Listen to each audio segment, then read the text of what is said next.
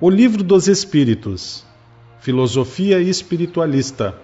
O Livro dos Espíritos contém os princípios da doutrina espírita sobre a imortalidade da alma, a natureza dos espíritos e suas relações com os homens, as leis morais, a vida presente, a vida futura e o porvir da humanidade, segundo o ensinamento dado pelos espíritos superiores, com auxílio de diversos médiuns, recebidos e coordenados por Allan Kardec.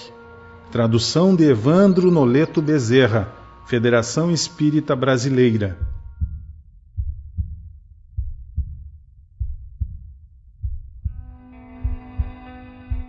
Capítulo 1. Deus. Deus e o Infinito. Perguntas de 1 a 3. Que é Deus? Deus é a inteligência suprema, causa primeira de todas as coisas. Que se deve entender por infinito? O que não tem começo nem fim, o desconhecido. Tudo o que é desconhecido é infinito. Poder-se-ia dizer que Deus é o infinito? Definição incompleta. Pobreza da linguagem dos homens, insuficiente para definir o que está acima da sua inteligência. Deus é infinito em suas perfeições, mas o infinito é uma abstração. Dizer que Deus é o infinito é tomar o atributo de uma coisa pela própria coisa. É definir uma coisa que não é conhecida por outra que também não o é. Provas da existência de Deus. Perguntas 4 a 9.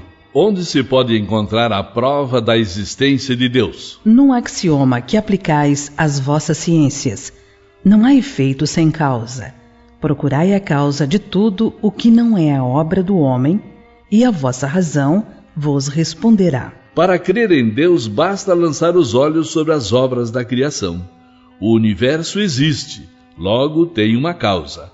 Duvidar da existência de Deus seria negar que todo efeito tem uma causa, e avançar que o nada pode fazer alguma coisa. Que consequência se pode tirar do sentimento intuitivo que todos os homens trazem em si da existência de Deus? Que Deus existe. Pois de onde lhes viria esse sentimento se não se apoiasse em alguma coisa? É ainda uma consequência do princípio de que não há efeito sem causa. O sentimento íntimo que temos da existência de Deus não seria fruto da educação e das ideias adquiridas? Se assim fosse, por que os vossos selvagens teriam esse sentimento? Se o sentimento da existência de um ser supremo fosse apenas produto de um ensino, não seria universal, e como sucede com as noções científicas, só existiria nos que houvessem podido receber esse ensino. Poder-se-ia encontrar nas propriedades íntimas da matéria a causa primeira da formação das coisas? Mas então, qual seria a causa dessas propriedades? É preciso sempre uma causa primeira. Atribuir a formação primeira das coisas às propriedades íntimas da matéria seria tomar o efeito pela causa, pois essas propriedades são em si mesmas um efeito que deve ter uma causa. Que pensar da opinião que atribui a formação primeira a uma combinação fortuita da matéria, ou seja, ao acaso? Outro absurdo. Que homem de bom senso pode considerar o acaso como um ser inteligente? E além disso, o que é o acaso? Nada. A harmonia que regula as forças do universo revela combinações e propósitos determinados, e por isso mesmo denota um poder inteligente. Atribuir a formação primeira ao acaso seria um contrassenso, pois o acaso é cego e não pode produzir os efeitos que a inteligência produz. Um acaso inteligente não seria acaso. Onde se vê na causa primeira uma inteligência suprema e superior a todas as inteligências? Tendes um provérbio que diz: pela obra se conhece o autor. Pois bem, vede a obra e procurai o autor. É o orgulho que gera a incredulidade. O homem orgulhoso nada admite acima de si, e é por isso que se julga um espírito forte. Pobre ser, que um sopro de Deus pode abater. Julga-se o poder de uma inteligência pelas suas obras. Não podendo nenhum ser humano criar o que a natureza produz, a causa primeira é, portanto, uma inteligência superior à humanidade. Quaisquer que sejam os prodígios realizados pela inteligência humana, ela própria tem uma causa, e quanto maior for o que realize, tanto maior há de ser a causa primeira. Essa inteligência superior é que é a causa primeira de todas as coisas, seja qual for o nome pela qual o homem a designe. Atributos da divindade. Perguntas 10 a 13. Pode o homem compreender a natureza íntima de Deus? Não. Falta-lhe, para tanto, o sentido. Será dado um dia ao homem compreender o mistério da divindade? Quando o seu espírito não mais estiver obscurecido pela matéria e pela sua perfeição se houver aproximado de Deus, então o verá e o compreenderá. A inferioridade das faculdades do homem não lhe permite compreender a natureza íntima de Deus.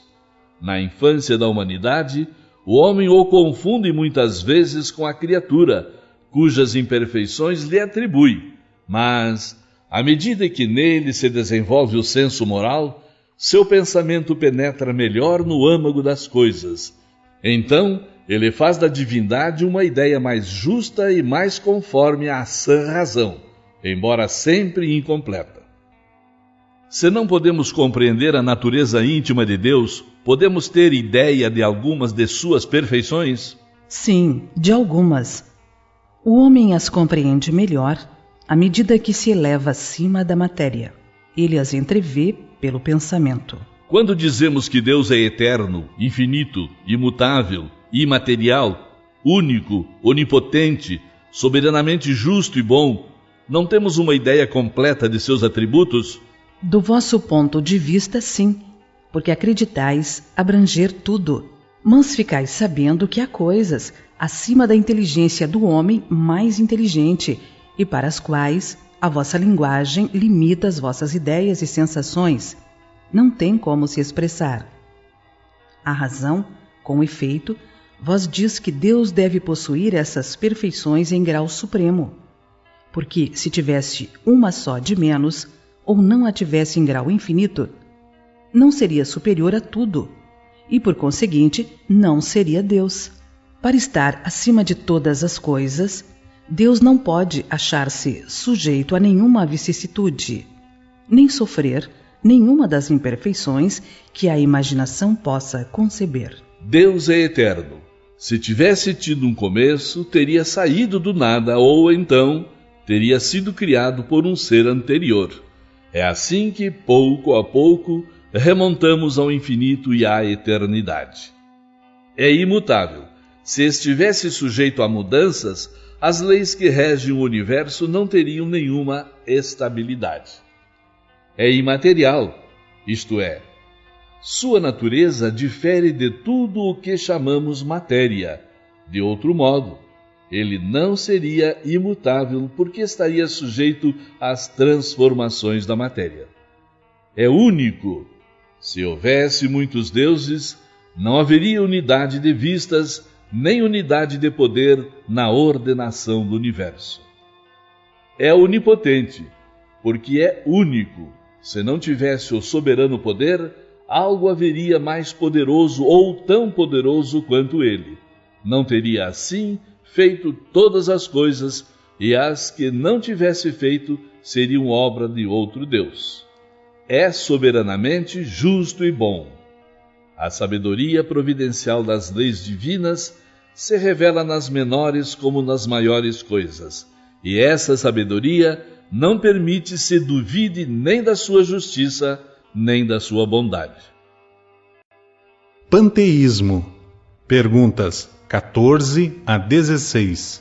Deus é um ser distinto, ou seria, segundo a opinião de alguns, a resultante de todas as forças e de todas as inteligências do universo reunidas? Se fosse assim, Deus não existiria, porque seria efeito e não causa. Ele não pode ser ao mesmo tempo uma coisa e outra. Deus existe. Disso não podeis duvidar e é o essencial. Crede-me, não vades além. Não vos percais num labirinto de onde não poderíeis sair. Isso não vos tornaria melhores, mas talvez um pouco mais orgulhosos, porque acreditaríeis saber quando na realidade nada sabeis. Deixai, pois, de lado todos esses sistemas. Tendes muitas coisas que vos tocam mais diretamente, a começar por vós mesmos. Estudai as vossas próprias imperfeições, a fim de vos desembaraçardes delas, o que vos será mais útil do que quererdes penetrar o que é impenetrável. Que pensar da opinião segundo a qual todos os corpos da natureza, todos os seres, todos os globos do universo seriam partes da divindade e constituiriam, pelo seu conjunto, a própria divindade, ou seja, que pensar da doutrina panteísta? Não podendo fazer-se Deus, o homem quer ao menos ser uma parte de Deus. Os que professam essa doutrina pretendem encontrar nela a demonstração de alguns dos atributos de Deus. Sendo infinitos os mundos, Deus é, por isso mesmo, infinito. Não existindo o vazio ou o nada em parte alguma, Deus está por toda parte. Estando Deus em toda parte, já que tudo é parte integrante de Deus, Ele dá a todos os fenômenos da natureza uma razão de ser inteligente. Que se pode opor a este raciocínio? A razão. Refleti maduramente e não vos será difícil reconhecer-lhe o absurdo. Esta doutrina faz de Deus um ser material, que, embora dotado de suprema inteligência, seria uma escala maior o que somos em menor escala. Ora, transformando-se incessantemente a matéria, Deus, nesse caso, não teria nenhuma estabilidade e estaria sujeito a todas as vicissitudes, mesmo a todas as necessidades da humanidade. Faltar-lhe-ia um dos atributos essenciais da divindade, a imutabilidade. Não se podem conciliar as propriedades da matéria com a ideia de Deus sem que ele fique rebaixado em nosso pensamento, e nenhuma sutileza de sofisma conseguirá resolver o problema de sua natureza íntima. Não sabemos tudo o que ele é, mas sabemos o que ele não pode deixar de ser, e o sistema acima está em contradição com as suas propriedades mais essenciais. Confunde o Criador com a criatura, exatamente como se quiséssemos que uma máquina engenhosa fosse parte integrante do mecânico que a concebeu. A inteligência de Deus se revela em suas obras como a de um pintor no seu quadro, mas as obras de Deus não são o próprio Deus, como o quadro não é o pintor que o concebeu e executou.